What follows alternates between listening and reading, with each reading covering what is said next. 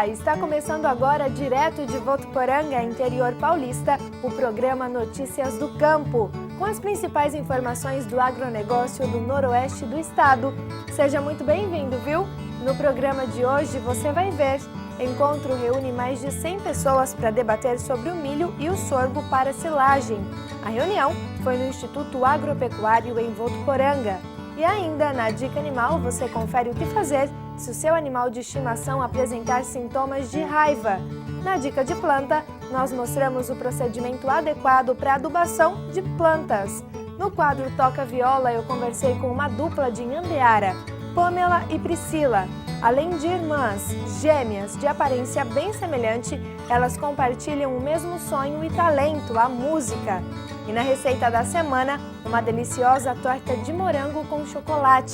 O passo a passo você confere agora no Notícias do Campo, que já está no ar.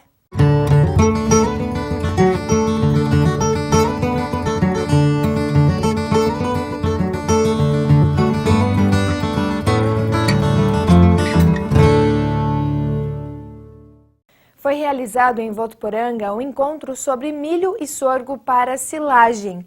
Pesquisadores da Agência de Tecnologia dos Agronegócios do Estado de São Paulo e do Instituto Agronômico de Campinas apresentaram a técnicos e produtores de Votuporanga e região o que há de mais recente nas pesquisas dessas culturas. Com isso, a agricultura e pecuária vão se modernizar cada vez mais. Confira na reportagem de Danilo Arroio Martins. O encontro reuniu cerca de 100 participantes, entre técnicos agrícolas e produtores rurais de Votuporanga e outros municípios da região noroeste paulista. Foram abordados diversos temas, como alternativas para a conservação de grãos utilizados no confinamento, avaliação de cultivares de milho e sorgo para a silagem e melhoria da qualidade na colheita e processamento dessas culturas. O Brasil produz atualmente por ano cerca de 2 milhões de hectares de milho destinados para a silagem e 500 mil hectares de sorgo. Essas duas culturas são as principais fontes de complementação da alimentação do rebanho nacional. De acordo com a pesquisadora da Agência Paulista de Tecnologia dos Agronegócios, APTA, é importante saber quais são as melhores cultivares indicadas para cada região, para obter bons resultados na produção. Esse trabalho de avaliação de cultivares de milho e sorgo, ele já é realizado no estado de São Paulo através da APTA há muito tempo, justamente porque em cada região existem cultivares mais indicadas. Cada cultivar ela tem um desempenho em função das características de clima e solo. Então esse trabalho ele visa identificar em cada região as cultivares mais adaptadas e em função disso a gente vai ter melhor produtividade e qualidade da silagem. A Agência Paulista de Tecnologia dos Agronegócios e o Instituto Agronômico de Campinas realizam várias pesquisas sobre as culturas de milho e sorgo. Esse pesquisador diz que as descobertas não param e vem novidades por aí. Nós estamos lançando o novo boletim 100 do IAC brevemente e um dos aperfeiçoamentos é a recomendação de potássio para a cultura do milho silagem. Antigamente, recomendava acrescentar o potássio na semeadura do milho, já que grande parte do potássio, quase todo o potássio da parte aérea é exportado com a massa seca que vai ser ensilada.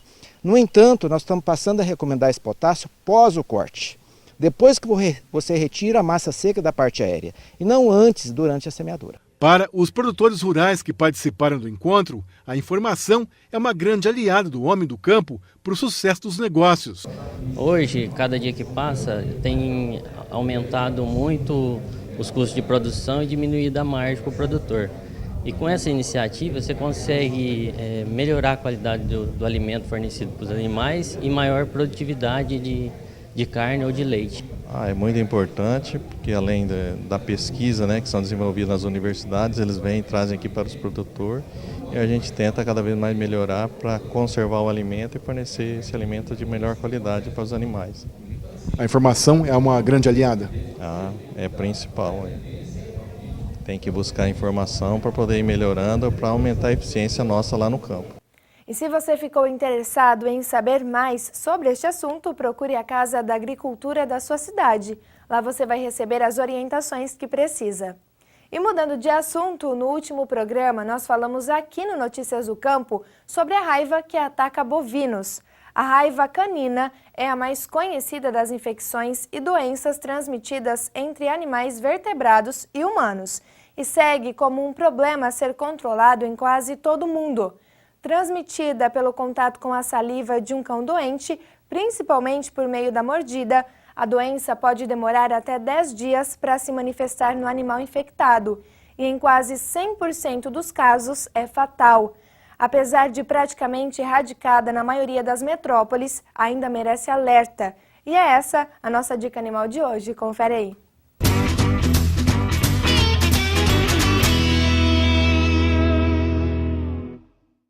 Olá, eu sou o Dr. Peixoto, sou médico veterinário, formado na Unesp Jaboticabal. Vou falar hoje, a dica de hoje é sobre a raiva urbana. A raiva é uma doença muito perigosa. Ela é transmitida dos animais para o homem e a grande maioria das vezes, quase até 100%, ela é fatal, não tem recuperação. A raiva pode ser transmitida pelos cães, pelos gatos e também coatis, animais de sangue quente, que vivem na cidade. E também em zoológicos. Precisa ser vacinado contra a raiva todo ano. Todos os animais precisam ser vacinados contra a raiva. É muito importante as campanhas antirrábicas executadas pelo Estado e pela Prefeitura no controle dessa doença. Então, no mês de agosto, é um mês de referência para que se faça as campanhas contra a raiva. Era o que eu tinha para hoje.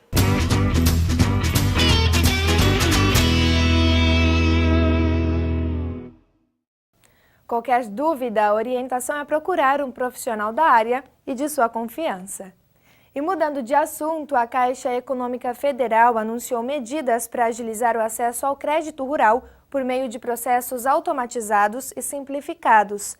As ações estão alinhadas ao Plano AgroMais, lançado pelo Ministério da Agricultura, Pecuária e Abastecimento, que tem foco na redução da burocracia e eficiência dos processos de agronegócio do país. As medidas do banco englobam a aprovação automática de até R$ 500 mil nas próprias agências do banco para projetos simplificados de custeio agrícola por meio do produto Custeio Fácil Caixa e a análise remota da área produtiva mediante a imagem de satélite. A partir de outubro, o banco também oferecerá aprovação automática na agência para custeio agrícola de até R$ 1 milhão para clientes com histórico de relacionamento com a Caixa. Para custeio pecuário, a aprovação automática será de até R$ 500 mil, também para clientes com relacionamento. E mudando de assunto, falando agora sobre plantas. A prática da adubação consiste em repor os nutrientes retirados do solo pelas plantas. E você sabe, num jardim existem plantas com diferentes necessidades de nutrientes. Isso é tão mais verdade quando se fala de plantas cultivadas em vasos, jardineiras ou canteiros internos. Nós temos uma dica para você que quer manter o jardim saudável. Olha aí! Eu sou o Eliseu, já dei várias dicas aqui sobre plantas, né? Como fazer a muda, como cultivá-la, plantas que saem em sombra, plantas que saem no sol. E hoje nós vamos falar um pouquinho sobre a adubação. Porque o importante da planta, para ela ficar bonita, continuar crescendo e desenvolvendo, tem que começar no plantio dela. E então nós vamos dar essa dica sobre como você plantar. O certo seria fazer uma análise da terra primeiro, mas como a maioria não tem tempo para isso, exige um cuidado mais especial e um tempo mais demorado, então nós vamos orientar como você faz a sua maneira mesmo. Então, primeiramente, você escolhendo o lugar do seu jardim, você deve de colocar o calcário, que é para dar uma corrigida na terra, e no momento da plantação, então, o que nós aqui aconselhamos é você colocar, além do calcário, um produto que a sua fórmula é o FF orgânico, né? E também aí agora fazer a plantação com o substrato, para manter a umidade na planta, né? E a terra ficar uma terra mais macia, porque se você planta somente na terra, com o tempo ela vai ficando uma terra muito dura, vira um tijolo, e a planta então não desenvolve, ela fica uma planta ressecada, triste, né? Às vezes murcha. E então você fazendo esta adubação com o calcário, o FF e o substrato, a sua terra vai manter essa planta sempre úmida, uma terra mais macia, e a planta vai desenvolver. E durante o crescimento dessa planta, então, o nosso conselho é uma vez por mês você fazer uma adubação certa, com um adubo da fórmula, se for uma planta florida, como essas que vocês estão vendo aqui, e outras plantas que dá flor, o que nós aqui usamos e aconselhamos é o adubo 10-10-10, né? E quando é um coqueiro, grama, algumas coisas mais rústicas, então o 4-14-8. Existe alguns adubos que eles são mais fortes ainda, que às vezes são melhor, tendo um preço mais alto um pouco, mas esses que nós citamos já é suficiente para você ter um bom jardim. E no próximo bloco você vai ver um bate-papo bem especial com a dupla Pamela e Priscila. As meninas são de Inhandeara e estão representando muito bem as mulheres na música sertaneja, viu? E tem ainda a receita da semana. Nossa dica hoje é uma deliciosa torta de chocolate com morango. Já deu água na boca, né? Então não saia daí, o Notícias do Campo volta já.